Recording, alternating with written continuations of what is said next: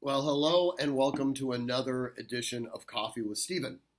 Today's entry is going to be focused on persuasion, specifically the use of violence in order to persuade groups of individuals to do things that they otherwise would not have done. This is antithetical to what we believe in ourselves as Americans. We saw this on display last week, where a deranged individual brought war upon certain members of the House of Representatives in Virginia by shooting at them with an SKS rifle, really for the sole purpose of attempting to do a political assassination. Now, the media referred to the weapon system that the shooter used as an assault rifle. That's a subject for another time. It was an SKS rifle, but that all notwithstanding. That individual, like many individuals, have turned to the use of violence in order to achieve a political objective. This is the classic definition of tyranny. They could not persuade people through verbal skills, economic motivations, even legislative attempts. They instead, since they find themselves on the losing end of an argument, relegate themselves to the use of violence in order to achieve a political objective.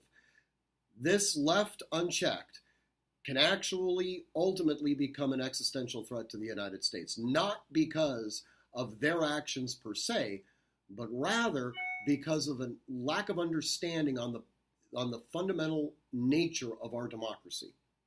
We have essentially used politics as a means of supplanting violent conflict between two groups of individuals with diametrically opposed viewpoints. One of the ways that we're able to achieve this is through the Constitution, is through the Bill of Rights, and understanding that there's certain things that can't be touched.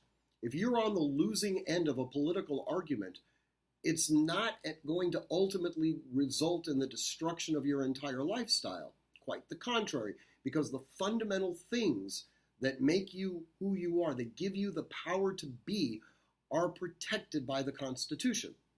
When we use violence, we are essentially operating outside of the Constitution, whether it's as individuals, whether it's as groups, or whether it's as the government. And when that takes place, the entire constitutional system that we have erected before us suddenly becomes potentially destroyed.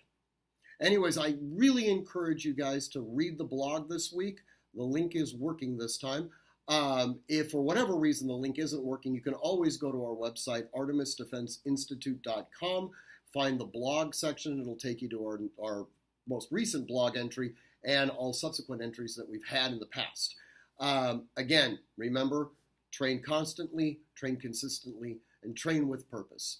Thank you for watching. Until the next time we have coffee together, stay safe.